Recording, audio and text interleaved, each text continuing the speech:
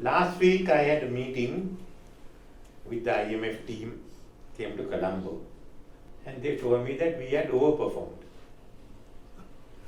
which is rather surprising.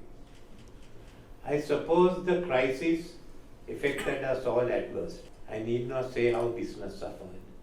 The number of small businesses that had to close, the number of people who left this country. But it also gave us an opportunity to correct what was wrong. This is why I spoke with the IMF and agreed with them to do the debt restructuring. There was no other way out for Sri Lanka. People give me different solutions. Some of them are good, but the fact is that I have to work with the IMF.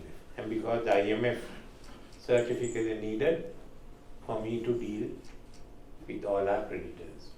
And I thought I'd just mention to you what we have done in the last year. From 2022, mainly all our reforms are done in 2022 and 2023. Key business impediments during the worst of our crisis have been resolved. Supply bottlenecks for essential commodities such as fuel, electricity were resolved. All import restrictions other than personal motor vehicles have now been removed. Foreign exchange liquidity in the banking sector has been fully restored, allowing sourcing imports for supply chain requirements without impediments. With improvements in tourism and remittances, Sri Lanka will run a primary surplus in the balance of payments for the first time since 1977. Contrary to expectation, the currency which had depreciation in 2022 has now settled under 325 rupees for the US dollars, following a 10% depreciation in 2022. Inflation has been brought down from 70% in 2022 to 4% by December 2023. Interest rates, which were increased to control inflation, have been reduced to 11.9% by January. Macroeconomic stabilization has enabled the economy to revert to growth from the third quarter of 2023 after 6 successive quarters of negative growth. The budget deficit, which has been a primary contributor to the crisis, has been improved significantly, with Sri Lanka achieving a primary budget surplus in 2023 following a primary deficit of 5.7%. So we've got a primary budget surplus plus our foreign exchange surplus. The debt restructuring process is moving along effectively. All of Sri Lankan's key officials and creditors have agreed in principle to restructure debt in line with the IMF target requirements. The next steps are to complete discussions with the commercial creditors.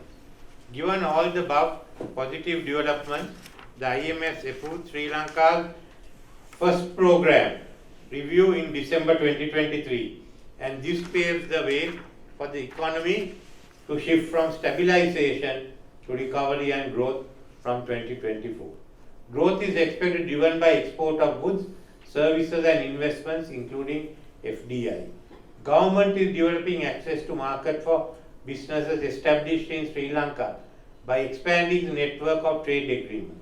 Following the successful conclusion of an FTA with Singapore, we have now concluded an FTA with Thailand, which we will sign on 3rd of February. The government is also in the latter stages of talks to conclude a comprehensive FTA with India, including trade in services along with an investment agreement. A similar agreement will be entered into with China, and talks will commence soon with other Southeast Asian nations.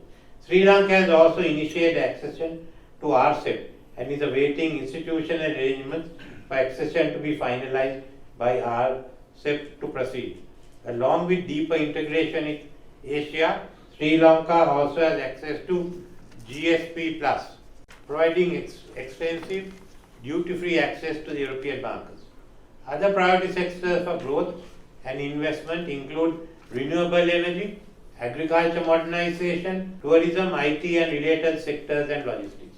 The government will also welcome private investments into infrastructure development in the form of public-private partnerships with a PPP law to provide legislative and procedural clarity in the final stages of drafting. There are also opportunities for investments in the divestment of state-owned enterprises.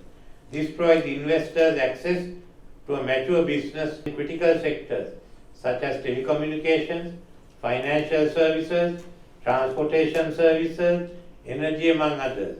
A SOE restructuring law is also in the final stages of drafting. Sri Lanka is in advanced stage of drafting a new investment law, which is expected to provide even more liberal market access in key sectors. The new law and a new economic commission will see an integrated approach to the development and promotion of trade and investment in Sri Lanka that is more conducive to the country's vision of deeper integration with global markets.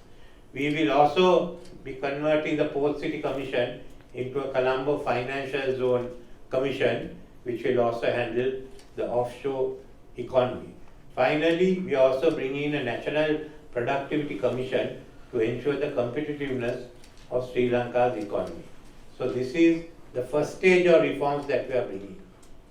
And this we hope to complete by end of this year.